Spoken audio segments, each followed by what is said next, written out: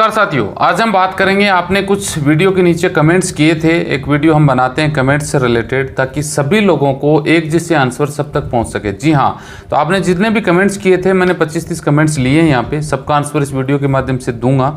और आप भी अगर नए हैं, पहली बार देख रहे हैं, तो भाई कमेंट्स नीचे कर सकते हैं। हर जो शाम को वीडियो डालते हैं उसमें आपके कमेंट्स का आंसर आपको मिल जाया करेगा। तो शुरुआत कर लेते हैं। उससे पहले चाहूँगा वीडियो अच्छा लगे तो भाई लाइक शेयर जरूर करिएगा, चैनल जरूर सब्सक्राइब करके बेल आइकन ऑन कर लीजिएगा, फेसबुक पेज वाले पेज को फॉलो करके रखिएगा, ताकि हर रोज़ आपको विदेश से रिलेटेड नई नई अपडेट मिलती रहे। तो चलिए शुरुआत कर लेते हैं। जाकिर खान बोलते हैं, भाई मैं मलेशिया के लिए 2,40,000 रुपये दिया हूँ, 1 साल से घुमा रहा है। 1 साल से घुमा रहा है। ऑफिस वाला कोलकाता में, कोलकाता वाला बोल रहा है कि जाएगा, लेकिन तब तक नहीं हुआ। तब तक करो, क्या बोले भाई, क्या लिखा आपने? आपकी लैंग्वेज का थोड़ा सा ख्याल रखवा करो यार, आप पता नहीं कैसे लिख देते हैं। आप कहने का मतलब 1 साल पहले 2,40,000 रुपये दे दिए, तो उनको आप भूल जाओ, ठीक है जी। आपको पता है मलेशिया 2 साल से तो लॉकडाउन लगा पड़ा है, तो 1 साल पहले पैसे कैसे दे दिए आपने? दूसरी बात, मलेशिया के वीज़ा अभी ओपन हो चुके हैं। अगर बात करें मार्च की, अप्रैल से तो पूरा सभी देशों के लिए स्टार्ट हो जाएगा 1 अप्रैल से। बाकी वीज़ा स्टार्ट हो चुके हैं। आप कौन से वीज़ा के लिए दिए हैं, कैसे दिए, वो तो भाई आप जानो। समझ गए बात को? बाकी मुझे लगता नहीं कि पैसे वापस मिलेंगे और आप मलेशिया पहुंच पाओ। इसीलिए बार बार बोलता हूं, भैया मैन पावर ऑफिस से टकरा लो, मैन पावर ऑफिस से अप्लाई कर लो। लेकिन नहीं जी, वहाँ तो कहाँ जाना है? मलेशिया के 2.5 लाख रुपए दे रहे हो, 70-80 हज़ार में मलेशिया का काम होता है भाई, क्या बताएं आपको। अरुण कुमार ने पूछा, सर 185 केडी दिन की सैलरी होती है, महीने की केडी होती है? भाई 185 केडी कितना पैसा बनता है आपको पता है? 185 केडी अगर 1 महीने की मिल जाए ना, वो ही बहुत बड़ी बात है। बाकी 185 केडी मिलती कहाँ भैया? 1 महीने की तनख्वाह है ये, 50,000 से ऊपर बनता है पैसा। सुरेंद्र यादव ने पूछा है, सर मेरे ऊपर फाइन चल रहा है, पैसा नहीं है भरने के लिए, तो घर कैसे जाएं? तो भैया पैसा नहीं है तो आप जेल जाओ, और जेल में वहाँ पुलिस को सरेंडर करो। वो आपको महीने 1.5 महीने कितने दिन रखेंगे, और जेल काट के फिर आप इंडिया आ जाओ ब्लैक लिस्ट होके। दूसरा ऑप्शन भाई इसमें मैं बता दूं कि आपके पास पैसा नहीं है, फाइन चढ़ा हुआ है, तो आप उसका वेट करिए। आप जिस भी देश में, क्योंकि आप लोग अपने देश का नाम तो लिखते नहीं है, उस देश में जब सरकार देखिए 1-2 साल से ये कुछ घोषणा करती है कि भाई जो इनलीगल हैं उसको हम घर भेज रहे हैं, बिना फाइन के आप घर आ सकते हैं। और बहुत सारे रूल में ऐसे आता है कि हम ब्लैक लिस्ट भी नहीं करेंगे, अभी आप इंडिया जाओ, वहाँ से वीज़ा लेके लीगल होके आप वापस अपने अपने देश आ सकते हो। सभी गल्फ देशों का ये रूल है। तो आपके पास 2 ऑप्शन है, या तो आप जेल में जाके 1-1.5 महीना 2 महीना रह के फिर इंडिया आ जाओ। दूसरा, आप उस टाइम का इंतजार करो, जब वो नियम निकले तब उसमें आप अपने सिस्टम से आप घर आ जाओ। आपको जेल भी नहीं जाना पड़ेगा, पैसा भी नहीं देना पड़ेगा, ब्लैक लिस्ट भी नहीं होगी। तीनों ऑप्शन आपके पास। राशिद सप्पी ने पूछा है, सर मेरी अंगुली नहीं है, क्या मैं विदेश जा सकता हूँ? देखिए, अंगुली नहीं होना, पैर नहीं होना का तो कोई इशू नहीं है, आप सभी देश में जा सकते हैं। हाँ, जॉब से रिलेटेड अगर आप जाते हो तो आपको दिक्कत आ सकती है, बाकी आप देश में जा सकते हो, कोई दिक्कत नहीं है। शत्रुघ्न प्रताप बोलते हैं, अगर मैं सप्लाई कंपनी में गया हूं तो कैसे चेंज करूं? भाई सप्लाई कंपनी में गए हैं तो बाल की खाल तो आपकी निकाल लेंगे, ठीक है जी। इतना आसानी से तो आपको छोड़ने वाले हैं नहीं। 6 महीने के बाद आप जॉब चेंज कर सकते हैं, ये एक ऑप्शन है लेबर लॉ में। अब आपको कैसे करोगे, क्या करोगे, इतना आसान है नहीं है, वो तो आपकी कंडीशन पे डिपेंड करेगा। नहरा जी सीकर बोलते हैं, Ram Ram sir, visit visa से यूएई में आया था मेरा वीज़ा, फिर यहाँ पे नर्स का वीज़ा लग गया, और वीज़ा एक्सटेंशन फीस भी मेरी सैलरी से ही कटी है, और 6 महीने का प्रोबेशन पीरियड भी कंप्लीट हो गया है। अब मैं कंपनी चेंज करना चाहता हूं, तो बोले हैं कि 8,000 दराम जमा कराओ या 45 डेज विदाउट पे ड्यूटी करो। तो क्या रूल बना रहा है सर यूएई में? देखिए नहरा जी सीकर, मैं आपको क्लियर कर दूं कि आप नर्स से रिलेटेड यानी हॉस्पिटलाइज से रिलेटेड, जॉब से रिलेटेड गए हैं। और देखिए लेबर लॉ लगभग सेम होता है, ठीक है। 6 महीने 3 महीने आपका जो प्रोबेशन पीरियड कंप्लीट हो चुका है, और आपकी सैलरी से पैसे कटें, सबसे बड़ी बात तो ये है। क्योंकि किसी भी देश में अगर आप जाते हैं तो वो हॉस्पिटल, वो कंपनी पैसा वीज़ा का वो पे करती है। अगर आपकी सैलरी से पैसे काटे गए हैं और आपके अकाउंट में पैसे कटे, आपके पास एविडेंस है, तो आप मोहर्रे में उनके खिलाफ में शिकायत दर्ज करवा सकते हैं। बाकी आपके एग्रीमेंट में भैया क्या लिखा है वो मुझे नहीं पता इस बात का।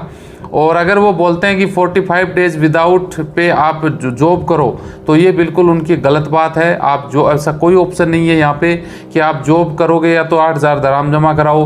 पहली बात तो आपकी तनख्वाह से पैसे वीज़ा के काट लिए और अभी 8,000 दराम और मांग रहे हैं, इसके मतलब चोरी फिर सीना चोरी डबल हो गया, ठीक है ना। ऐसे लोगों को मोहरे में आपको लपेटना चाहिए, मेरी राय ये है। बाकायदा आप जो जॉब चेंज कर सकते हैं 6 महीने के बाद में, ये रूल है दुबई का। दिलीप कुमार ने बोला है सर जो एजेंट पैसा लगा के विदेश भाग जाते हैं उनका क्या कार्रवाई है। देखिए भाई, इंडिया से तो बहुत अरबों करोड़ों रुपए लेके विदेश भागे हैं, उनका ही कुछ नहीं हुआ, तो आपके तो हो सकता है 20-30 हज़ार रुपये एजेंट लेके भागे होंगे, कुछ होने वाला है नहीं। हाँ, FIR एक पुलिस में दे दो, बस इतना सा, इससे ज़्यादा कुछ नहीं है। जो भाग गया उनको भूल जाओ, बस इसी में सच्चाई है। इससे बढ़िया पहले से सतर्क रहो ना, ताकि ये नौबत नहीं आए। हालांकि लोग बोलते हैं आप बुक का प्रचार करते हो, इसीलिए तो बुक का प्रचार करता हूं मैं कि इसको आप खरीदेंगे, इसके उसको पढ़ेंगे तो ऐसी नौबत नहीं आएगी सर एजेंट पैसा लेके विदेश भाग गया, ऐसी नौबत कभी नहीं आएगी। हरजीत दीनवा बोलते हैं सर सप्लाई कंपनी में फंसा हूँ, पाकिस्तान का रबाब है, 6 महीने में इंडिया आ सकता हूँ, पासपोर्ट नहीं दे रहा है, क्या करूँ, बहुत परेशान कर रहा है। देखिए बहुत परेशान कर रहा है, इसका एविडेंस तो आपके पास होगा। ऐसे तो मैं यहाँ बैठा हूँ और मुझे कोई बोलते बहुत परेशान कर रहा है, ये तो कोई बात हुई नहीं। अगर आपको परेशान कर रहा है तो आपके पास आजकल तो यार मोबाइल है, सबूत मिल जाते हैं। समय पे तनख्वाह नहीं देना, खाना नहीं देना, मारपीट करना, गाली गलौज करना, रूम नहीं है, ऐसी कोई प्रॉब्लम है तो उसका आपके पास एविडेंस है, मोहरे में उनके खिलाफ शिकायत करो। 6 महीने के बाद आप वीज़ा चेंज भी कर सकते हो, कंपनी भी चेंज कर सकते हो, कंपनी छोड़ के दूसरी में जा सकते हो। छुट्टी आते हो तो भैया आपको फिर उस हिसाब से आपको मेंटेन आपका कौन सा वीज़ा अग्रीमेंट है, ये सब अग्रीमेंट पे डिपेंड करता है। सैनिफन बोलते हैं सर हमारी कंपनी NOC पेपर और पासपोर्ट दे रही है, 3 महीने का टाइम पीरियड दे रही है, ऐसे हालात में क्या घर जा सकते हैं। भाई कंपनी NOC दे रही है, 3 महीने का टाइम दे रही है, घर भेज रही है, तो कहीं ना कहीं कुछ लफड़ा हो सकता है।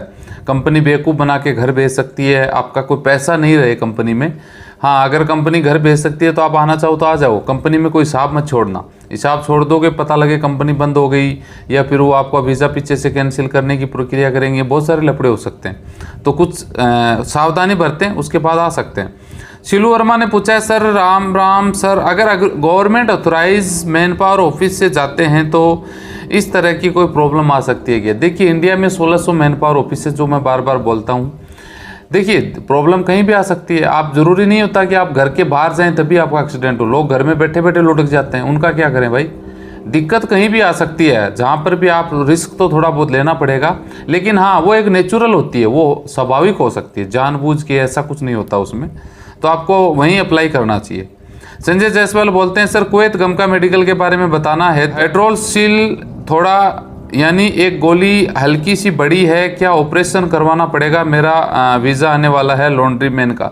देखिए ये प्रॉब्लम भाई सबसे बड़ी प्रॉब्लम आती है, आप गल्फ देशों में मेडिकल करवाते हैं, गम का हॉस्पिटल में जाते हैं तो आपके कपड़े निकाल के पूरा बॉडी चेकअप होता है, और उसमें जो हाइड्रोसील यानी इनका कहने का मतलब होता है कि जो आपके अंडकोश होते हैं उनमें थोड़ी बहुत सारे लोगों की ये प्रॉब्लम होती है। एक ऊपर छोटा मतलब एक छोटी होता है, एक बड़ी गोली होती है, इसमें प्रॉब्लम आ जाती है और मेडिकल अनफिट कर देते हैं और उसमें बोल देते हैं आप ऑपरेशन कराओ, आपकी तो हर्निया की प्रॉब्लम है। तो ऐसा ये कोई बड़ी कोई प्रॉब्लम नहीं है, ये आम आदमी के किसी के भी हो सकती है। तो इसका आप उससे पहले डॉक्टर के पास चेक करवा लें, और हो तो आप उसका ट्रीटमेंट करके फिर मेडिकल करवाएं ताकि आपको दिक्कत ना आए। बाकी इतनी बड़ी प्रॉब्लम है नहीं। MD रकीम बोलते हैं सर हम यहाँ सब भाषण झाड़ने से कुछ फ़ायदा नहीं होगा, कुछ बंदे को बुलाओ और काम करके देखो, मेरे को भी बुलाओ। इनका कहने का मतलब है कि YouTube पे आके वीडियो बना के भाषण मत झाड़ो, हमें आप विदेश भेजो या हमें बुलाओ। तो भाई एक मुझे छोड़ के, अशोक LLB को छोड़ के जितने भी आप YouTube चैनल देखते हैं, हज़ारों चैनल हैं, सब भेजने का ही काम करते हैं। आप उनसे कॉन्टेक्ट कर लो, मुझे छोड़ दो। आप समझ गए होंगे मेरी बात को। जय कुमार पाल बोलते हैं नमस्कार सर, दुबई में वीज़ा खत्म हो गया, 3 महीने का फाइन लगा, वापस कैसे हैं, वीज़ा खत्म है, एजेंट सैलरी नहीं दे रहा है, कंपनी ब्लैक लिस्ट हो गई है, ना पासपोर्ट दे रहा है, क्या करें घर वापसी के लिए। इसका मतलब आपकी तो पूरी सिस्टम में नैया ही डूब गई, कहने का मतलब ये है भाई। तो आपको देखिए यार, आपको तनख्वाह नहीं मिल रही है, कंपनी ब्लैक लिस्ट हो गई, तो आपकी तो गलती कहाँ है। पासपोर्ट भी नहीं दे रही है, कंपनी ब्लैक लिस्ट है, पासपोर्ट नहीं मिल रहा है, तनख्वाह नहीं मिल रही है, वीज़ा खत्म हो गया, फाइन चढ़ गया, तो आपको मोहरे में जाना चाहिए। अगर आपने मोहरे में मुकदमा कर रखा है तो ये आपके हक में फैसला आएगा, उसमें सपोर्ट मिल सकता है। और वरना आप मकान पे बैठे बैठे ये सोच रहे हो कि सब कुछ हो जाएगा, तो पूरा सिस्टम आपके ऊपर ही गिरेगा, कोई बचाने वाला है नहीं आपको। दुबई से आओगे तो फाइन देना पड़ेगा, फाइन नहीं दोगे तो जेल जाके ऐसे आना पड़ेगा। तनख्वाह तो कंपनी ब्लैक लिस्ट हो गई तो मिलने का स्वभाव नहीं है। पासपोर्ट तो कम से कम ले लो, आप मोहरे में दर्ज करवाओ आप FIR कंपनी के खिलाफ में, ताकि आपका कोई समाधान हो। MD रकीब अली खान बोलते हैं सर वीज़ा एक्सपायर होने के बाद एक्सटेंड हो जाएगा। बिल्कुल, वीज़ा एक्सपायर होने के बाद एक्सटेंड नहीं होता है किसी भी देश का। सब देशों का रूल है, वीज़ा ख़त्म हो गया दूसरा लो भाई, समझ गए। वीज़ा अगर पूरा वैसे भी होता है तो भी वो एक्सटेंड नहीं होता है। हम बोल देते हैं कि वीज़ा एक्सटेंड करवा लिया, वो एक्सटेंड नहीं होता है, वो दूसरा वीज़ा जारी होता है, दूसरा वीज़ा मिल जाता है। मृत्युंजय यादव कुमार बोलते हैं क्या सप्लाई कंपनी में आने के बाद वीज़ा का पैसा देना पड़ता है, कंपनी चेंज नहीं कर सकते? और कर सकते हैं। गल्फ देशों में आप जा रहे हैं, सप्लाई कंपनी हो या बिना सप्लाई हो, वीज़ा का पैसा कहीं नहीं लगता है। वीज़ा का पैसा कंपनी देगी, चाहे वो छोटा ठेकेदार हो चाहे बड़ा ठेकेदार हो। लेकिन लोग मांगते हैं, आप लोग देते हैं, नो डाउट। 6 महीने बाद कंपनी चेंज कर सकते हैं, नो डाउट। ये दुबई का लेबर लॉ बोलता है, सभी देशों का लेबर लॉ में सेम बातें हैं, तो आप इस बात को फॉलो करें। वीरेंद्र कुमार गुप्ता बोलते हैं सर नमस्कार, मैं ओमान में हूँ, जिस कंपनी में हूँ 2 साल से वीज़ा नहीं लगा रही है, रिज़ाइन देने पर 8 महीने से रूम पे बिठा देती है, बिल्कुल परेशान करके आदमी लोगों को भेजती है, 6 महीने का सैलरी भी होल्ड करके रखा है। भाई देखिए, ओमान में लेबर कोर्ट है, वहाँ जाके कंपनी के खिलाफ में अगर आप खड़े होते हैं सब के सब लोग, तो कंपनी बकाया तनख्वाह भी दे देगी, आपका पासपोर्ट भी दे देगी, आपका वीज़ा भी लगा देगी। और आपको लगता है कि नहीं हम 8 महीने से रूम पे बैठे हैं, सब कुछ आपको यहीं पे रूम पे ही मिल जाए, तो उनको तो आप सपने हैं, वो सपने लेते रहो, बाकी सच्चाई में वो बदलेगा नहीं। तो आपको लेबर कोर्ट में जाके उनके खिलाफ में एक्शन लेना चाहिए, जो भी आपका एग्रीमेंट है उसके हिसाब से। सरजीत दाईमान बोलते हैं सर मेरा वीज़ा एक्सपायर हो गया, कंपनी 1 महीना उससे ऊपर हो गया है, फाइन भरना पड़ेगा क्या? बिल्कुल, वीज़ा एक्सपायर हो चुका है, फाइन भरना पड़ेगा, नो डाउट। कंपनी वीज़ा नहीं लगाया या फिर उसने रिन्यू नहीं करवाया, लेकिन वो छोड़ दो मैटर, जब आप एयरपोर्ट पे आओगे तो आपको भरना पड़ेगा। या तो आपको पहले से सतर्क रहना चाहिए, एयरपोर्ट वीज़ा खत्म होने से पहले मोहरे में आपके कंपनी के खिलाफ में वाद दायर करना चाहिए, ताकि वो इल्ज़ाम उनके ऊपर आए और वो खर्चा दे आप। सत्यमोहन मंडल बोलते हैं सर मैं कुवैत में हूँ, मैं जिस कंपनी में आया था उसी कंपनी से हुल लेके दूसरी कंपनी में काम करता हूं। अभी मेरा नया कंपनी सैलरी कम देता है, इसलिए मैं कंपनी में नोटिस देना चाहता हूं। मुझे मालूम नहीं है नोटिस कैसे भेजा जाए।